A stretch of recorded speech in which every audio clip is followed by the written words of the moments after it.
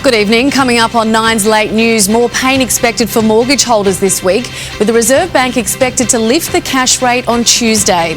Calls for trucks to be taken off suburban streets after this horrific crash. And World Pride celebrations wrap up tonight in Sydney. I'll see you soon. This is 9 News with Sherlock. Good evening. World Pride is coming to a close tonight as we go to air. Sydney celebrating an extraordinary 2 weeks, embracing our diversity and unity, drawing 80,000 visitors from across the globe. Right now, this is the Harbour Bridge, beaming brightly in rainbow colours in support of the LGBTQI+ community. The view from above the city. You are watching Nine's Late News right across Australia. Coming up next, wrong place, wrong time. When the road underneath you suddenly explodes. Prince Harry sells $30 tickets to his therapy session. And from one Harry to another, Harry Styles farewells Australia in style.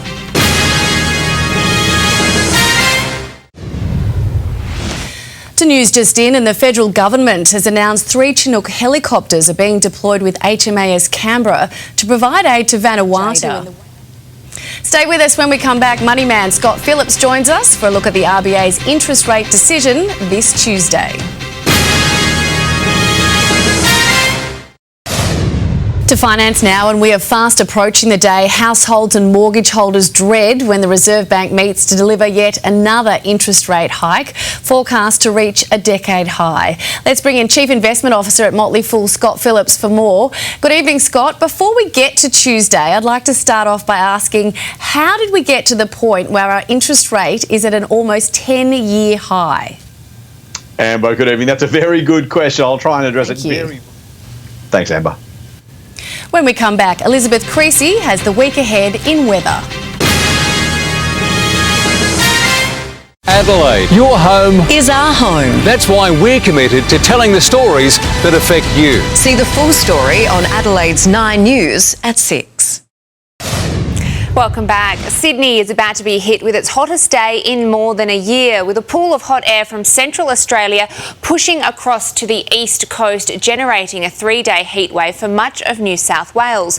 While in the tropics, the heavy rain will continue for at least the next week. Some areas expected to pick up about 400 millimetres, and a high in the southwest will give Perth more clear and sunny days.